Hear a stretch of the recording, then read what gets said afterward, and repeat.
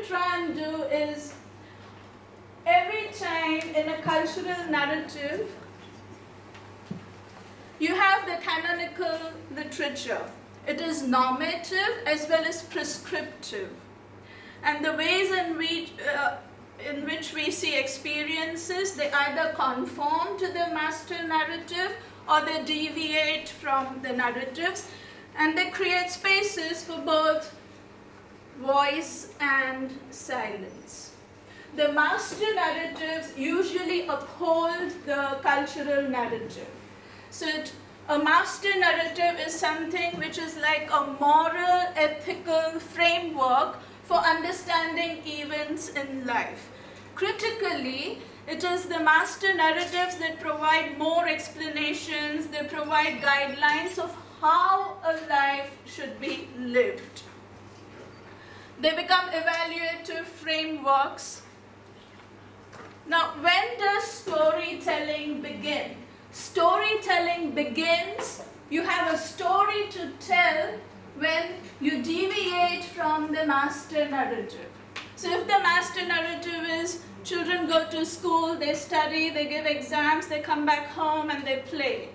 A deviation would be, this child was not sent to the school. She never got a formal education. So stories come up when the norm is not confirmed to. That's where a story begins, that's where storytelling begins. And story is giving voice to deviation. Deviations require, again, explanatory narratives, which themselves can be moral tales or templates. Thus, what must be voiced and what must be silenced in the story are in constant tension. What will you tell, what will you not tell are in constant tension. Storytelling and the form of the novel. A novel constructs a world. It's a text world that is constructed, and the novelist, the author, uses both voice and silence and interaction between the characters. And this interaction, or lack of interaction, is what defines their lives and their selves. Voicing is generally seen as empowerment. Voice, speech is empowerment, and silence is generally considered as a form of suppression or a lack of power. As Brunner and McAdams say, we are the stories we tell about ourselves. It's all about reporting experiences, and it begins with the creation of the text world. Narration of events involve both the narrator and the characters. Usually the characters have the dialogues. That's where they speak for themselves, and both use voice and silence in interaction. The two different kind of silences are the silence of suppression, subjugation, loss of power, and then there is another kind of silence which is not spoken about a lot, which is the silence of self-preservation, which includes silence at the threshold of finding voice, of emerging as a person, of coming to become someone. So this presentation I have chosen to talk about silence as a preserving tool, where the characters hold on to their power by using silence. I want to differentiate between being silent and being silenced. There is a difference, which is there is a distinction between being silenced and being silent. When being silenced is contrasted with voice, it is conceptualized as imposed. You're forced into silence, and it signifies the loss of power and self. Now, the novel itself is an exploration of Oman emerging as a nation in 1970s. The best quote that sums up the novel is, "What we live and what lives inside us." What lives inside us is what the novel explores through silence. And what we live is explored by speech. So what I'm interested in is what lives inside us. Celestial bodies. Adiyat al-Qamar actually translates literally to ladies of the moon, but I had the fortune of meeting Jokha Harthi when she was longlisted, and I remember she said that it was such a struggle to choose ladies of the moon, the literal translation, or celestial bodies, and they have obviously chosen celestial bodies. There are these choices which can be a struggle. So the narrative opens a window to the distinct Omani family's world. The novel presents the 1970s and 80s at the crossroads of tradition and modernity. What I'm sure some of you have read the book. What comes across as wonderful and new and groundbreaking is the narration of the novel. It's containing many worlds, streams of consciousness, and the story is told both through words and the silences. Abdullah is the central male character. He is the only one who directly talks to the reader. He narrates his own story. And then you have a multitude of other characters. You have the entire world around the central characters and their lives, which are narrated by the third person, who's obviously the author. And the novel shifts. You know, there's no chronological order to the novel, and it spins off tales within tales, and it shifts from the past to the present many times. You open a chapter, you look at a line, and you are taken back a few years, or you are in the present. It shifts from voice to voice. It shifts from viewpoint to viewpoint, and from what I have gathered reading it a few times is sometimes from a decade to decade, and everything in a single sentence, which makes it a fascinating read, though initially it might be a little difficult to get onto the book, but once you're in it, you're totally absorbed.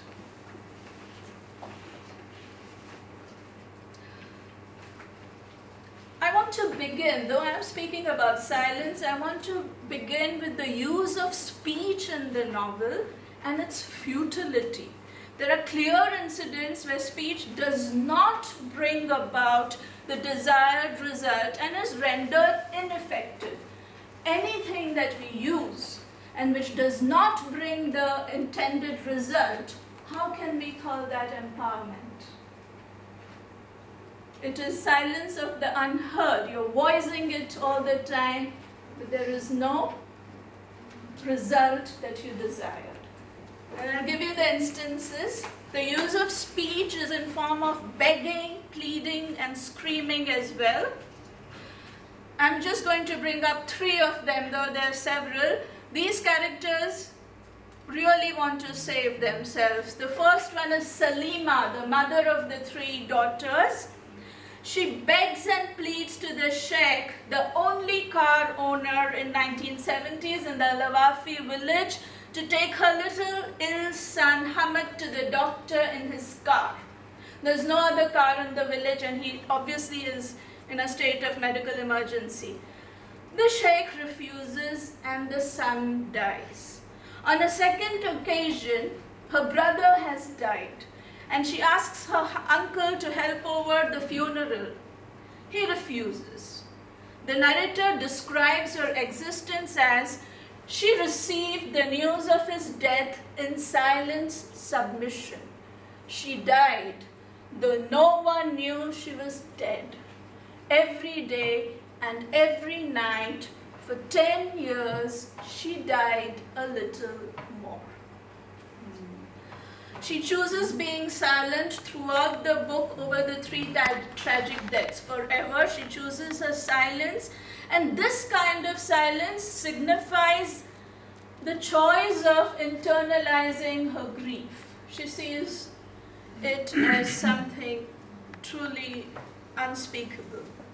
On the same occasion, when they are at the sheikh's house and pleading for the car, you have Azan, her husband, the father, pleading for hours to the sheikh. He talks and tells, please let us go in your car. Of course, that does not happen, and the son dies. Azam too chooses silence till he narrates his painful loss of 2 sons. The couple lose 2 sons. The second one is lost in a horse ride. And he tells this, he opens up only to Najia, his mistress. Now what has happened is within the marriage, he uses silence with Salima, the wife. It is a silence of withdrawal. He withdraws from the marriage and he withdraws from the relationship itself. So the silence then is only broken when he is with Najia. Another instance of pleading, and which is really tragic, is when Abdullah is thrown in the well by the father, the sheikh. He's thrown in the well for the magpie incident, for those of you who have seen it, read it. For hours he begs and screams. So he's hanging in the well, suspended. He becomes unconscious in the well and injures his head because of the way he is thrown. He suffers a lifelong post-traumatic agony, and he chooses to hold this silence until the father dies. Once the father is dead in the hospital, he takes the dead father's hand, places it on the scars, which are the result of the injury he had in the well, and he screams and cries it all out. It's very significant that he holds the silence, never questions or talks to his father about the incident, till the father is gone. The futile pleading, the begging become ineffective in each character, and they hold their silence forever. Now I want to come to the main part of my talk. Silence is used in different ways now by the central characters Maya, Azma, Khala, the 3 daughters, and London, the granddaughter, Maya's daughter. Silence itself is not necessarily, in their case, a sign of powerlessness, and I'll just show how that happens. It's fascinating when it comes to translation. I also do stylistic analysis, and I love this part when Maya is introduced. The entire linguistic analysis, the words, the vocabulary, they repeatedly talk about being quiet, being still, being silent. There's the word silent, sigh, whispered, silent, still, hardly shift position, quietly, and barely even lifted her. And this goes on. I've highlighted the whole book where there's mention of quiet and silence. The very picture of Maya is somebody still and quiet. And this transpires throughout the book in her life. She chooses silence, and yet what I like is it is silence of assertion that I'll show in a few examples. This is what she thinks on silence. Maya considered silence to be the greatest of human acts, the sum of perfection. When you were utterly quiet and still, you were likeliest to hear accurately what others were trying to say. And whenever Maya felt bored with their words, she listened to herself in the bubble of silence she had created around her. If she said nothing, then nothing would cause her pain.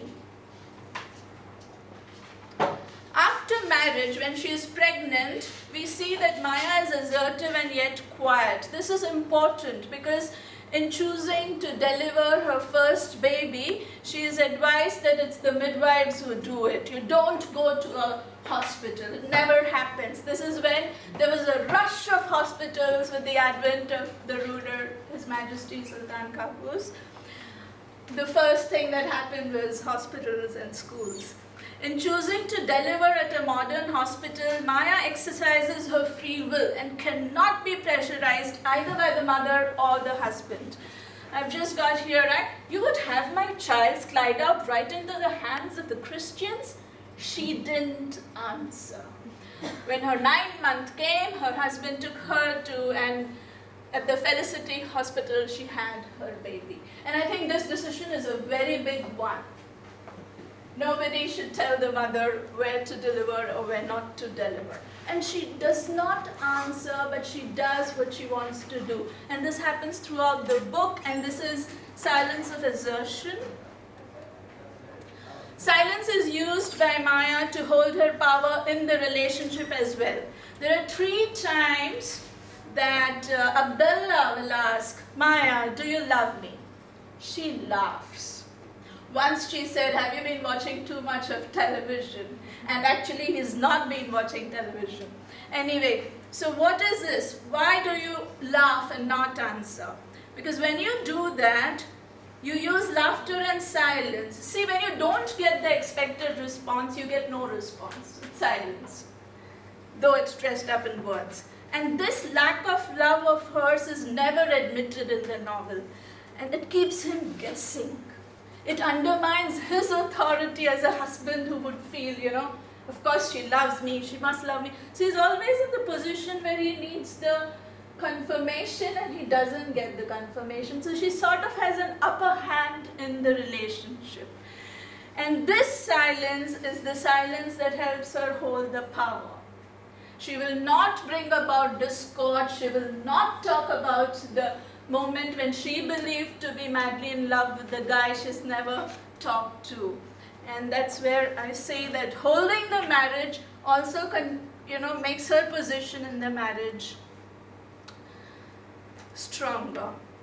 So there are other instances I'll go through quickly. Maya does exactly what she wants but without saying a word. She will go back to the school. The husband says, we have a mentally retarded child, why don't you wait longer till he grows up? She does not answer, she starts school immediately. She goes back to school. And then there is this whole thing about her learning driving. She gives up driving. And he insists, why don't you keep trying, get your license?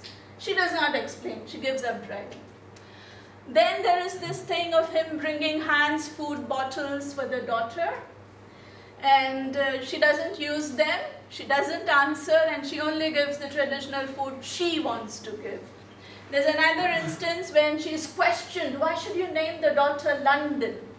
Except for mentioning once to the mother that there's another woman named London, I'm going to keep the name London. She never explains or never changes her decision. And it's really important to remember that Jokha Harthi is bringing a whole new generation of modernity. So naming her London also signifies the movement towards modernity. It's very interesting. Now all the responses she does without responding to the husband. And she does exactly what she deems fit in silence. That's where she holds her power. So silence is not necessarily the opposite of speech and needs not to be equated with absence, lack of power, but may be seen as a willful decision. And I feel when you have the free will to do exactly what you decide, you're empowered. Neither is forced speech empowerment, neither is forced silence empowerment. Empowerment is enabling me to do what I will, what I choose. So the rest of the time, she chooses a maternally sedentary life, a silence of unsay, meaning you say it in your mind, but you don't articulate it to the world. So you have your own bubble of silence and your thoughts. And she preserves herself and goes through life. I'm going to be really quick now. We have Asma and her silence of contemplation. She's clear, right in the beginning she says she's waiting to have babies. That's what marriage means to her. She doesn't even give too much thought to the groom. And what she does is finds out, realizes that he is neither interfering nor prohibitive, but he is an artist in his own world. So he leaves that world, sometimes comes to her and has these overtures of love, and then he'll go back to his world. And she realizes that she will also build a universe of her own. Her husband is peripheral, not the center. She goes on to study further. She becomes a teacher, lives an independent life, and loves to have children and has 14 children. Now Maya's daughter London, we come to the next and the last one. I think I have Kola, just a minute.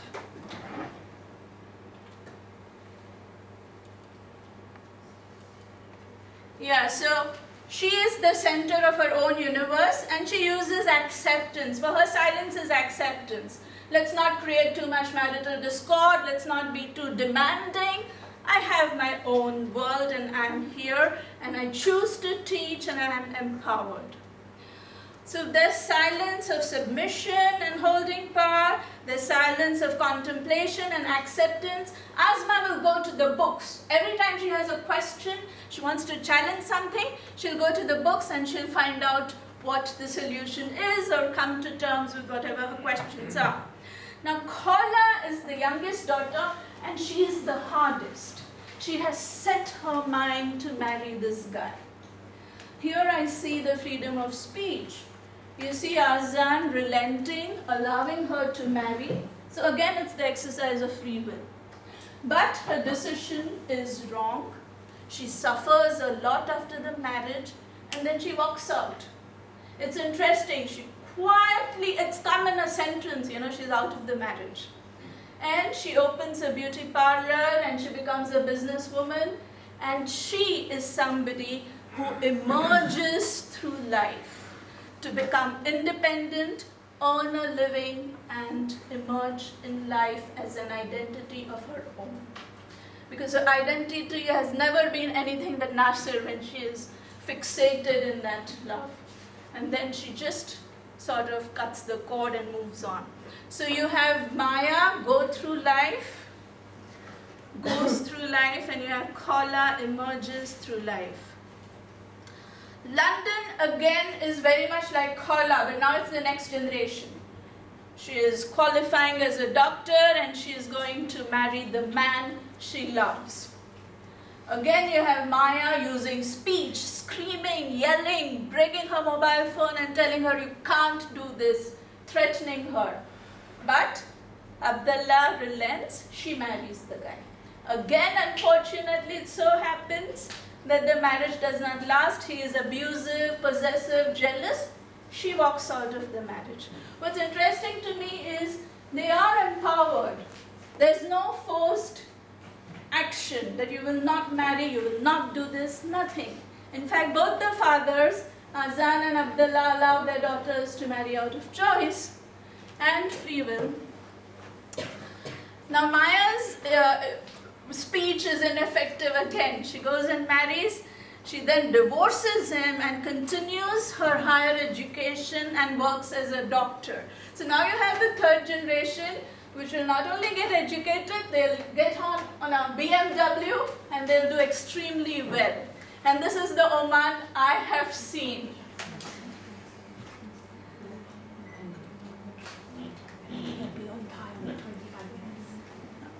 Two more slides. So when London is very depressed over her failure in marriage, her best friend Hanan, who is an English language teacher, says in English, let go, just let it go. Now this very use of English is very interesting. It's like, the passage from transition from traditional to the modern. And Hanan herself, we must remember who the advice is coming from. She has been a rape victim and she has moved on and not given up her career, not let her destroy herself. That has not destroyed her. So both London and Hanan represent the young, educated Omani women of modern Oman. They may fall victim to wrong choices, but what empowers them is they have the free will of making the choice. They have misjudgment of character as she marries a real crook, heinous crimes like rape, but they rise out of it, they walk out becoming stronger and surer of their own capabilities and identities. So each one asserts her sense of self and grows through life. And this is what makes it really powerful. So the silence in the novel is a choice. Choices based on free will. Silence is the case of being silent but not being silenced. Salima, the mother, drags through life. Maya goes through life. Asma emerges through life. Khala moves on with life, whereas London grows with life. All in all, silence is not an evidence of suppression of fear, rather a tool of assertion. It is used to hold on power and do exactly what one wants to do. It's at the threshold of self-discovery, and this is what the whole nation was going through. It's a place of contemplation, and the strategic benefit of silence is also self-preservation. In the novel, the women are not being silenced by force. Silence is not the absence of power. It is an interactive process that responds to the conduct of other human beings. It is a deliberate tool chosen for balancing power and relationships. The silence is subtle and signifies choice, sometimes the choice for healing, letting it go. And the community of Omani women practice silence effectively and emerge as an empowered, dominating presence in equal modern Oman.